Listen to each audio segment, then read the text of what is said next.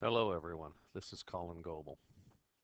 In this video, I'd like to describe the various steps that I went through to create and record a game um, of Breakout using Visual C++ 2008 Express Edition. Now this is a free download from Microsoft, but you do need Visual C++ Express Edition in order to be able to work with Dark GDK. I'm open at the home page here. I am going to open the project which I downloaded from the Blackboard website. So I will open a project I'm looking for. I happen to download into the temp folder, and it's the Bouncy Ball Step 1. So I'm going to open the solution file for Bouncy Ball Step 1.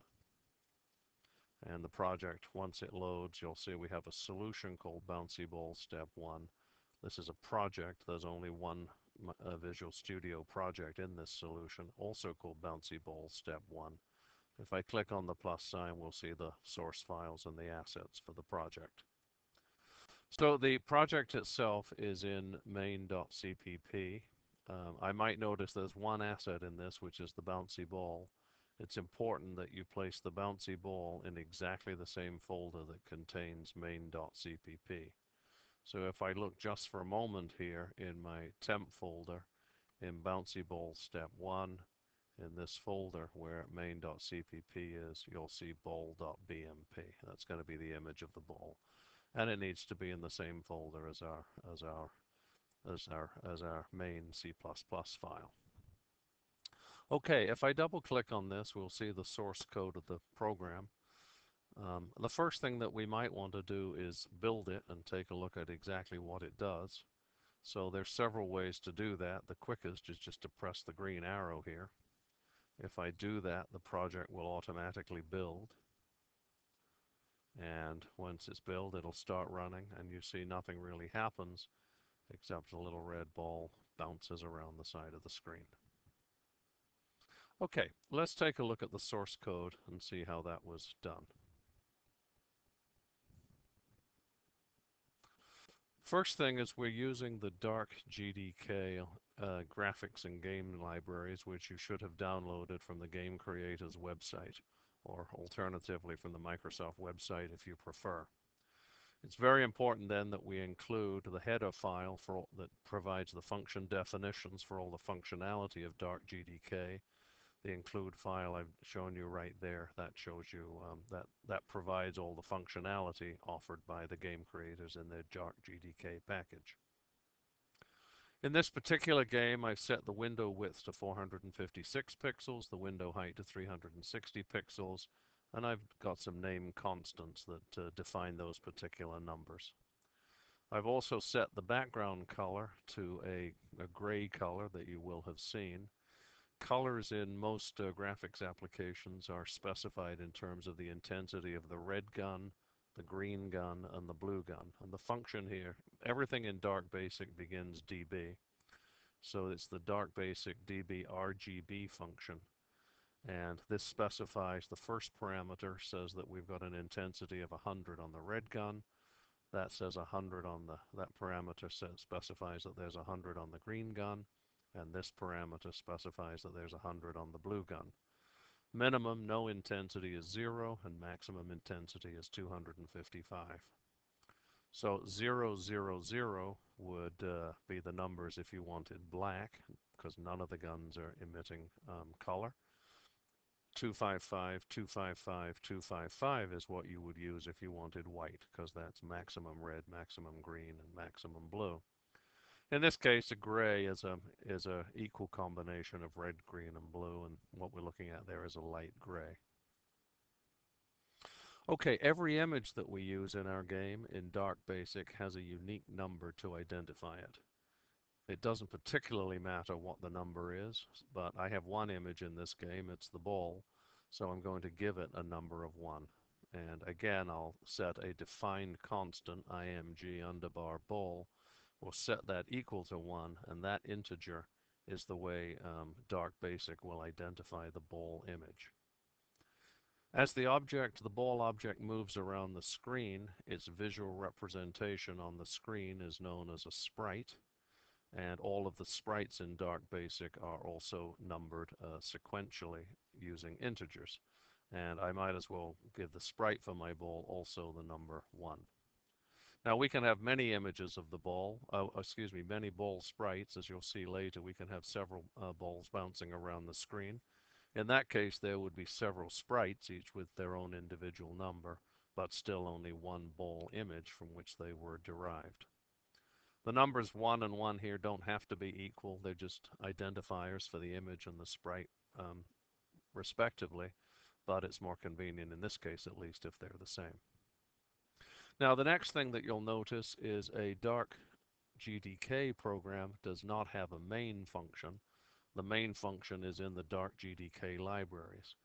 As the game developer in this case, it's what we have to do is write our own function called void dark GDK.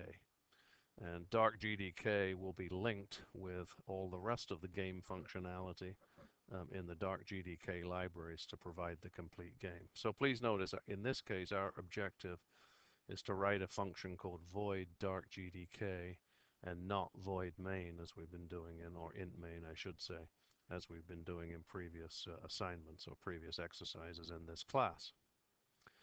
Okay, in my case I didn't want to play the game in the default window size, so I'm going to use the dark basic. By the way, why dark basic? Because dark GDK for C++ started life as an application for game development called Dark Basic, and you can look that up on the internet if you want to look at the history of that. But anyway, everything in Dark GDK starts out DB for Dark Basic. DB set display mode sets the window width, the window height, and the color density on the screen. So in this particular case, I've defined the width and the height, and we'll use the existing screen depth. We'll synchronize the screen to refresh 60 times a second. Now this is a common game concept. Obviously, the faster the game refresh, the more accurate the videos. A typical number is anywhere from 30 to 60. A TV, I think, or an old analog TV refreshed at 30 frames a second. A frame rate of 60 frames a second is relatively high, and it'll serve our purposes nicely. So our objective in programming our game is to redraw the screen 60 times a second to represent the evolving state of play. Okay, we will program the escape key ourselves. So the escape key is going to be what we want the user to press to terminate the game. We're going to set the random function in our game using the C++ timer, or the dark basic timer, which is derived from the underlying C++ timer. In many games, we want random behaviors to occur, and in order for that to happen, we have to seed the random number generator with a unique seed, and that's accomplished in a standard way before we do anything else by initializing the random number generator. That's the function call to do that. Okay, the first image that we're going to load is the ball. For every image we use in our game, we need to load it so that Dark Basic knows where to find it and what it is. So db load image, we're going to provide a path name to the ball.bmp image. Since the ball is in the same file as the CPP file and the exe, db load image, we're just going to say ball.bmp. It comes out of the same folder as the CPP file. That's where Dark GDK finds it, and it's going to associate it with the number 1, img ball. So that image is now loaded into memory, and it's associated with the number 1. The ball we need to position on the screen. The number x here measures in pixels the distance from the left-hand side of the screen to the position of the ball. So it's I'll say that again, x measures the distance in pixels from the left margin of the window to the position of the ball. Y measures the distance in pixels from the top of the window to the position of the ball. And unlike coordinate geometry, the values of y increase as we go down the screen. So the coordinate axis, or the coordinate origin, I should say, for locating objects on the screen is the top left-hand corner, not, as is more common in math, the bottom left. So the top left-hand corner. X increases as we go from left to right. Y increases as we go from top to bottom. In this case, when the ball starts, we want to position it around the middle of the screen. So I'll give it an X coordinate of 200 and a Y coordinate of 150. We'll start the ball off in a random direction. So the dbrand function, dbrnd, generates a random number between 0 and 360, which is going to be the direction we want our ball to travel. And we're going to set it in a direction at random. It's the use of the dbrand function here, which was the reason we had to randomize the timer a few instructions back. Okay, at this point we're going to do a little coordinate trigonometry, and I'm not going to necessarily explain the math of this, but the velocity in the horizontal direction, the speed of the ball is going to be 5, and its component, or velocity, in the horizontal direction is the speed multiplied by the cosine of the direction. And its speed in the vertical direction is 5 multiplied by the sine of the direction. Now again, those cosine and sine functions are mathematical functions that you'll learn about in trigonometry. The thing that's important here is that dx measures the change that the x coordinate of the ball is going to change by in every game step. And dy is the change in the value of y every game step. So you can think of dx as delta x, the change in x, dy as delta y, the change in y. If dx is positive, then the ball is moving from left to right. If dy is negative, then the ball is moving from right to left. If dy is positive, the ball is moving downwards. And if dy is negative, the ball is moving upwards. So the effect of these three statements to give a random direction and initialize dx and dy in this manner is to give the ball a speed of 5 in a random direction. Having done that, we'll now paint the ball on the screen.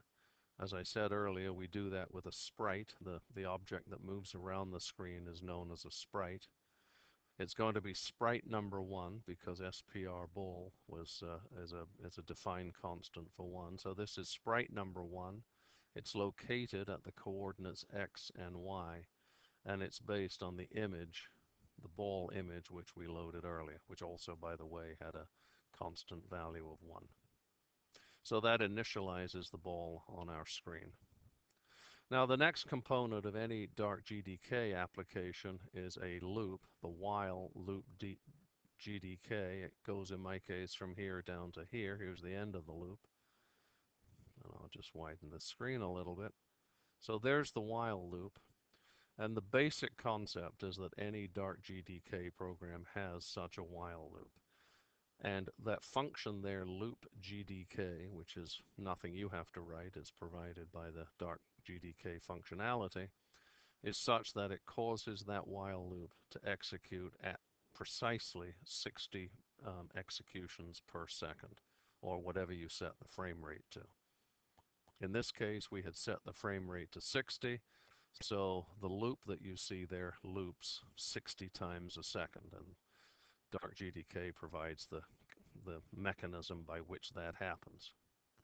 Okay, every game step then, every time this while loop executes, we clear the screen and we set it to gray color. We repaint the background.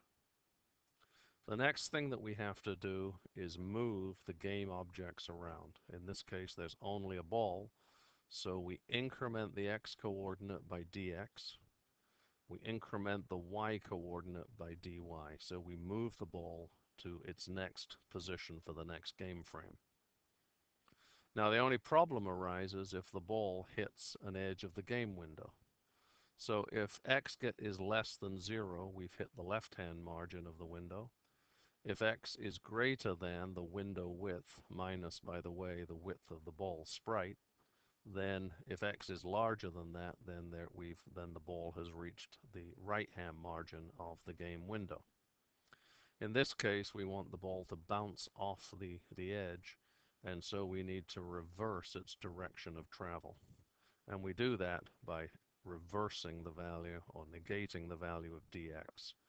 If dx was positive, indicating motion left to right, then we set it negative, indicating motion right to left.